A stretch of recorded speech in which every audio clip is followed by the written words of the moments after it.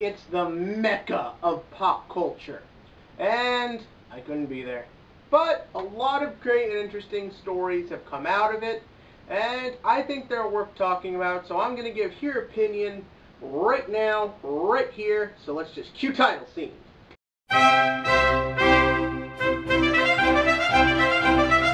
Things to note. There was actually a lot of stuff to come out of Comic-Con. More than I really have any desire to talk about. So I'm just picking the stories that I either thought the most interesting or had the most impact or will most likely be a big player in things at their time of release. So if I don't bring up something that you personally found interesting, don't be offended and feel free to tell me in the comments section below. Without further ado, let's get started.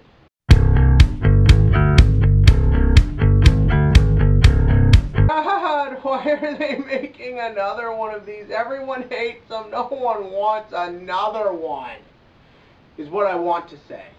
But realistically, Pirates of the Caribbean, that last one made a fuck ton of money. And they've all made a lot of money. And as far as Disney's concerned, if it makes a lot of money, then that's all they need to know to greenlight the next one. And because they really put a big gap in between these two, it could mean something potentially good. It could mean they're going to take the franchise in a new direction, go different, maybe include new characters, hell, maybe even scrap Johnny Depp and put up a new cast. Probably not. It will probably just be the same bullcrap. But hey, Jeremy Bruckheimer's left Disney, so at least we know we're probably not going to have to sit through the same crap, or if anything else, sit through something like The Lone Ranger.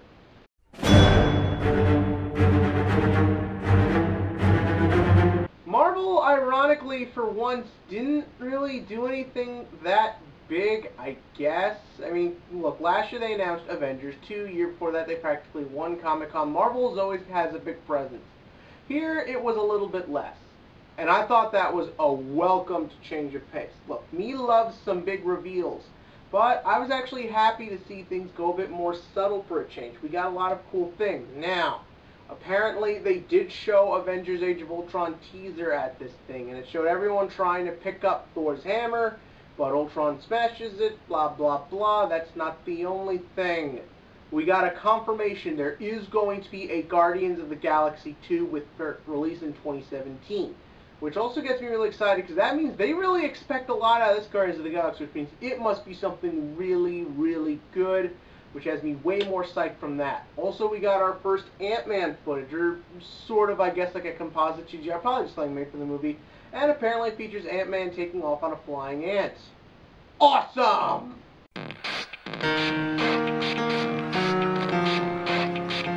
One of the most interesting stories I thought to be released is that they're putting a lot of studios seem to be putting their eggs in the basket of monster movies. Legendary announced a Godzilla 2, which makes sense. The first Godzilla was a mega hit, and it's Godzilla.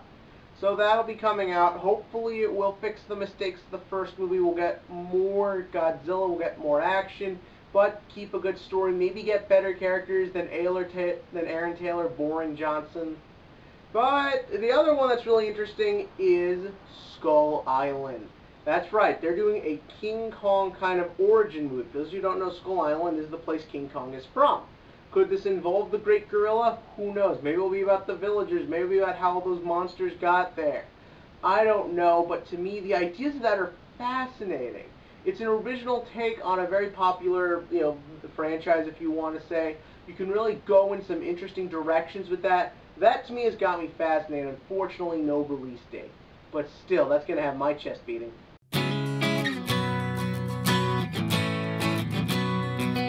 Oh boy, this one, a lot of people who heard it, really mixed feelings. Basically what it is that originally the plan was for Amazing Spider-Man 3 to come out in 2016 with Sinister Six, all the Spidey villains working together, coming out at a later date.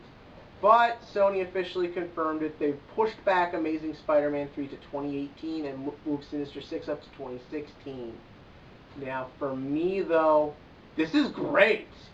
Thing is, Amazing Spider-Man 2, even though I did personally love the movie, it wasted way too much time just setting up for Sinister Six.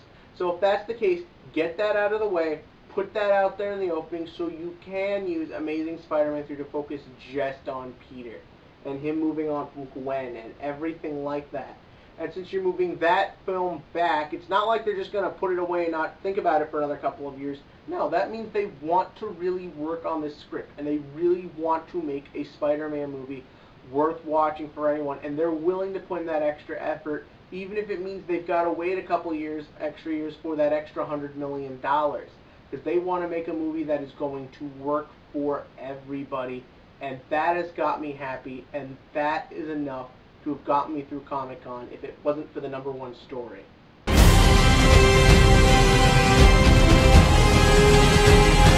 Wonder Woman! I don't care. I'm not gonna lie, I'm not a big Wonder Woman fan. She to me is a little too convoluted, too ridiculous, but I do respect what the character means, and I do understand what this is going to mean, and this picture is fucking awesome. This is what I was hoping for. I was so afraid it would just be an overly sexy type costume. It would be like from the comics with the red, white, and blue, and that would just look silly. This works.